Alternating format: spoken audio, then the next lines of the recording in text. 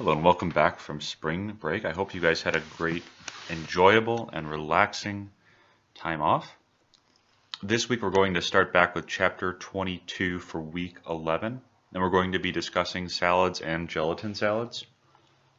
For this unit, and we're on week 2 of this unit, there's only going to be an exam over 3 weeks of material. In units 1 and 2, there was an exam over 4 weeks. This week it's just 3, so keep an eye for that exam. It will be a little bit earlier than the last time. And unlike units 1 and 2, there will be no quiz for unit 3 as well as unit 4. The exam date for unit 3 is going to be April 7th, which is a Thursday. Again, that's April 7th on that Thursday. In this chapter we are looking at salads, and although we mainly know the salads that are a loosely sorted arrangement of vegetables, meat, cheese, and salad dressing, there are also congealed or gelatin salads, and we will talk more about the characteristics of congealed salads as we go through this chapter. You can have salads with just vegetables, salads with meats, salads with carbohydrates like beans or pastas, and you can have congealed salads. All of these salads are going to have a different degree of nutritional value. Know the nutritional value that each of these salads provides. Many people use salads as meals, but they don't do a very effective job of replacing meals unless certain criteria are met for the salads and certain types of foods are included in the salads. Be able to identify what comprises a good salatin. For gelatin to create its structure, it needs to go through a process known as gelation. Know how gelation occurs and know the effect that certain ingredients have on the gelation process. Salad is a general term and basically describes a cold mixture of meat, fish, cheese, nuts, seeds, beans, eggs, vegetables, and fruit. But this definition really does not tell us much. It is more so to give us a framework and also help to explain that salads come in more than just the traditional vegetable/salad dressing combo that we are all familiar with. To help us better understand the diversity of salads, we will break them into 2 main classifications, the congealed and the non-congealed salads. Non-congealed salads comprise a loose mixture of the ingredients mentioned previously, while the congealed salads contain all of these ingredients, but they're within a gelatin structure. Often these gelatin structures are sweet and comprise desserts, although this is not necessarily the case, and non-sweet gelatin salads are less common and perhaps less appealing, but they still do exist. The difference between congealed and non-congealed salads is that the congealed salads contain gelatin. Gelatin holds these food items in place, like you can see in the pictures on the right side of the screen. And this is literally the same thing as foods being trapped in jello. The gelatin is based from just 2 ingredients, gelatin granules or gelatin powder and water. And when they are mixed together at high temperatures, a gel structure is formed through a process that's known as gelation. By itself, this is just a source of protein and it's a very clear color. However, if you have ever had jello or a jello salad, you know that the jello structure is always sweet and there's usually a bright color that it has as well. This is because there are usually colorings and flavorings that are added to the gelatin. The gelatin does not naturally contain the colorings and the flavorings. They have to be added. So to clarify, the jello structure is a mostly gelatin mixture. There is some sugar and coloring added to give jello its flavor, but to put that in a clearer context, gelatin is jello without any flavor or any color. Gelatin salads are basically foods held inside the gelatin mixture. They can be sweet like the grape salad on this slide, or they can have a more traditional salad flavor, which you will see in the picture with the salad that contains the vegetables and olives. We may be beating a dead horse here, but as long as the food is trapped or congealed within a gel structure, you have what is known as a gelatin salad. So gelation is very simple. It is just the process of forming the gelatin, which occurs through mixing water with the gelatin. However, there are some factors that need to be taken into consideration for creating this gel structure and promoting gelation. Mixing room temperature water with dry gelatin will not be sufficient by itself to allow the gelatin strands to bind together and become one stable structure. The gelatin water mixture must be heated and then cooled to an optimal temperature in order for ideal gelation to occur. So there are two steps: heating and cooling. During the heating, the gelatin molecules form bonds between one another, but it will remain a liquid when it is hot. To create a solid structure, it must be cooled. Before it is cooled, it must be heated to a high enough temperature for a long enough time. If it's heated for too short of a time or at too low of a temperature, that is going to have a negative effect on the final structure of the gelatin when it becomes stable, and we'll talk a little bit more about that on the next slide. To reach the gelation state, the gelatin needs to be cooked and cooled. Temperature control is very important for gelatins to create an optimal final structure. In order to develop strong bonds between the gelatin molecules that will make that final gelatin structure very stable, the gelatin must be cooked at higher temperatures for a substantial amount of time. If gelatins are cooked at lower temperatures, they will not have as strong of bonds and will liquefy more easily. After the heating process is complete, gelatin structures will need to be cooled in order to form a solid, non-liquid structure. Some gelatins need to be cooled to very low temperatures, but generally ideal temps fall between 50 and 60 degrees Fahrenheit. Acids are often added, but not necessarily intentionally. You would not add an acid food to a gelatin to provide that gelatin structure with more acid, but they are often added to foods to boost their flavor. So let me give you an example. Many gelatin salads, they contain acid-producing fruits like oranges or pineapples, or even fruit juices, which are going to add flavor to that gel structure. The addition of the acid is going to actually weaken the gelatin structure. So to counteract this, we must add more of the gelatin powder to the mixture if acidic foods are going to be used. Do you remember the function of salt in bread as it relates to its structure?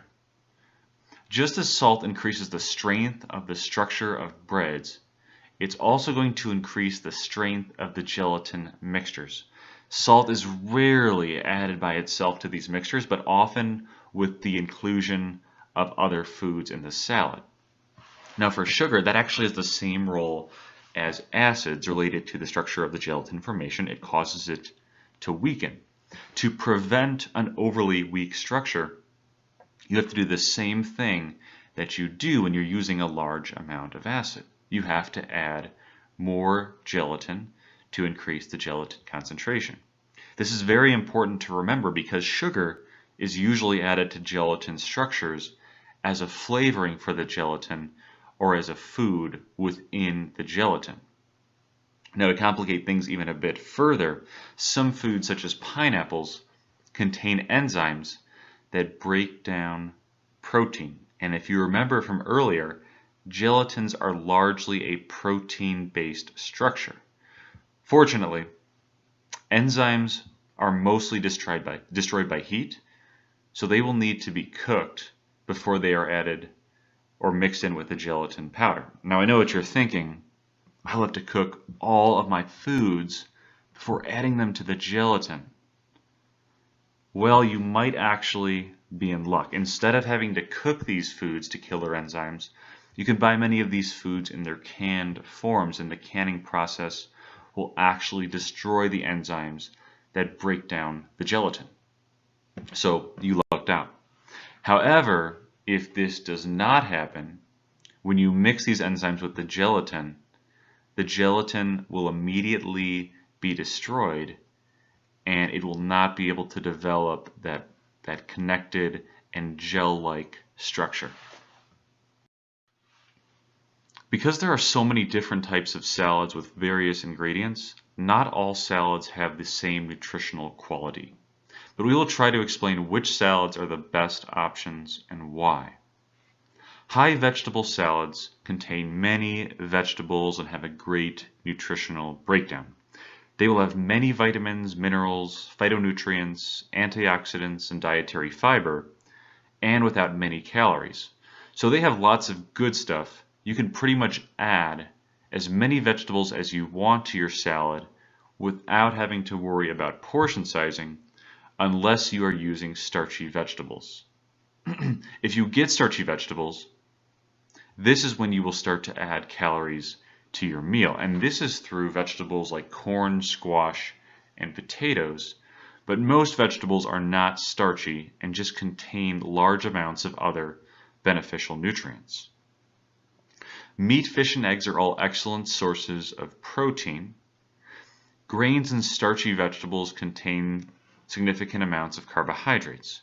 And if you get the right sources of each of these foods, you will also get many beneficial nutrients. For congealed and gelatin salads, if you are eating these salads, there will be a few more calories added through the gelatin structure and any flavorings added to the gelatin. Plain gelatin only contains a little bit of protein, but the flavorings that are added to the gelatin structure are what will provide more calories in the form of sugar and carbohydrates. And if you add fruit, you will also be getting many beneficial nutrients, but this will also contain sugar and carbohydrates. So they make for a good addition to salads, but they should be only added in moderate quantities. Fruits, vegetables, grains, nuts, beans, teas all contain phytonutrients.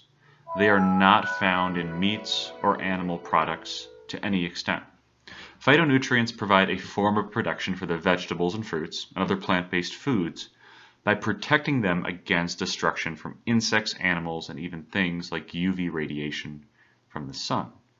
Fortunately for us, these same nutrients are beneficial for us, but not in as clear-cut of a way as some other nutrients. So let me explain.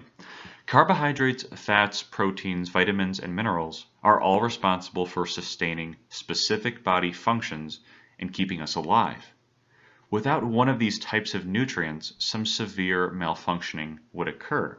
And many people, even in the United States, and even at Eastern Illinois University, probably have some type of carbohydrate, fat, protein, vitamin, or mineral deficiency to some degree.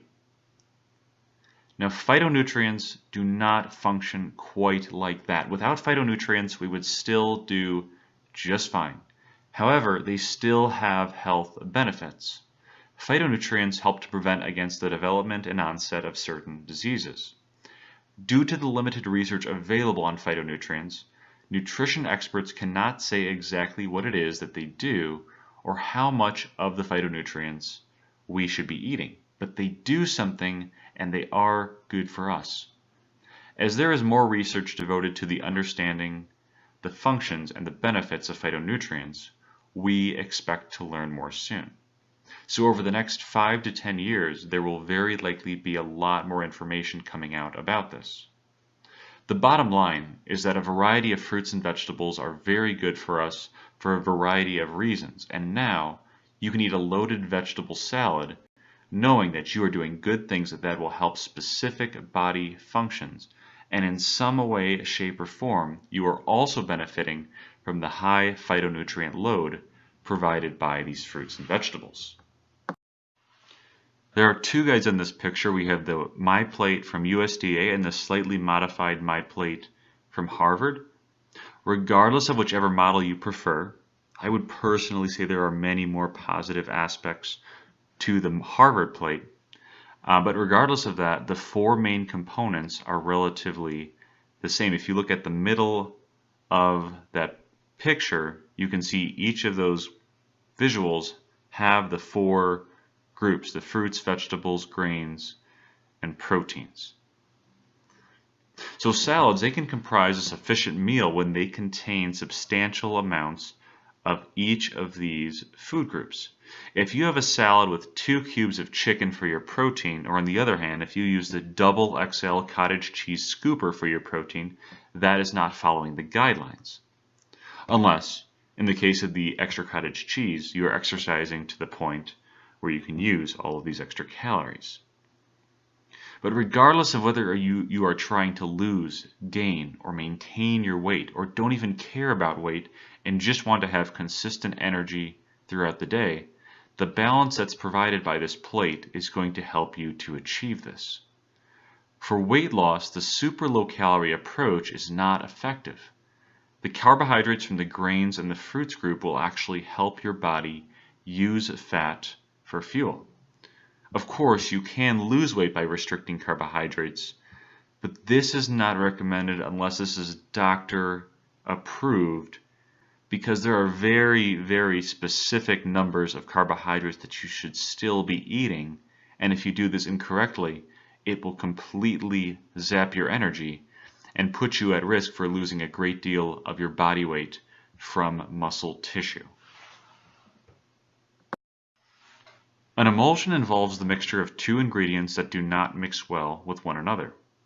If they need to be stable, you add an emulsifier, but the reason that mixtures do not mix or do mix well together is due to their electrical charges or polarity. Liquids are strange in this way because they do not have just positive or just negative charges. They will either have slight charges or a completely neutral charge. And if they have slight charges, they don't just have one, they have 2. So they have positive and negative charges for the same mixtures. Positive and negative molecules, or polar molecules, mix really well with other polar molecules. They do not mix well with nonpolar molecules. To explain this, let's go back to school dances. An oil, which is nonpolar, and vinegar, which is polar, mixture are 2 non-mixable ingredients because they are not attracted to one another. This is like your grade school dance. At this particular dance, the guys happen to be very talkative and polar, and the girls like to keep to themselves and are nonpolar. In fear of the talkative guys, the girls all move to one side of the dance floor. They sit in a group but do not speak or interact with one another. Now the guys are all very social with one another, move around and talk to different members of the group, and they actually spend the same amount of time with each member of the group, but they are afraid to talk to the girls, so they decide to move to the opposite side of the dance floor. Now you have a complete separation of the 2 immiscible or unmixable groups of people.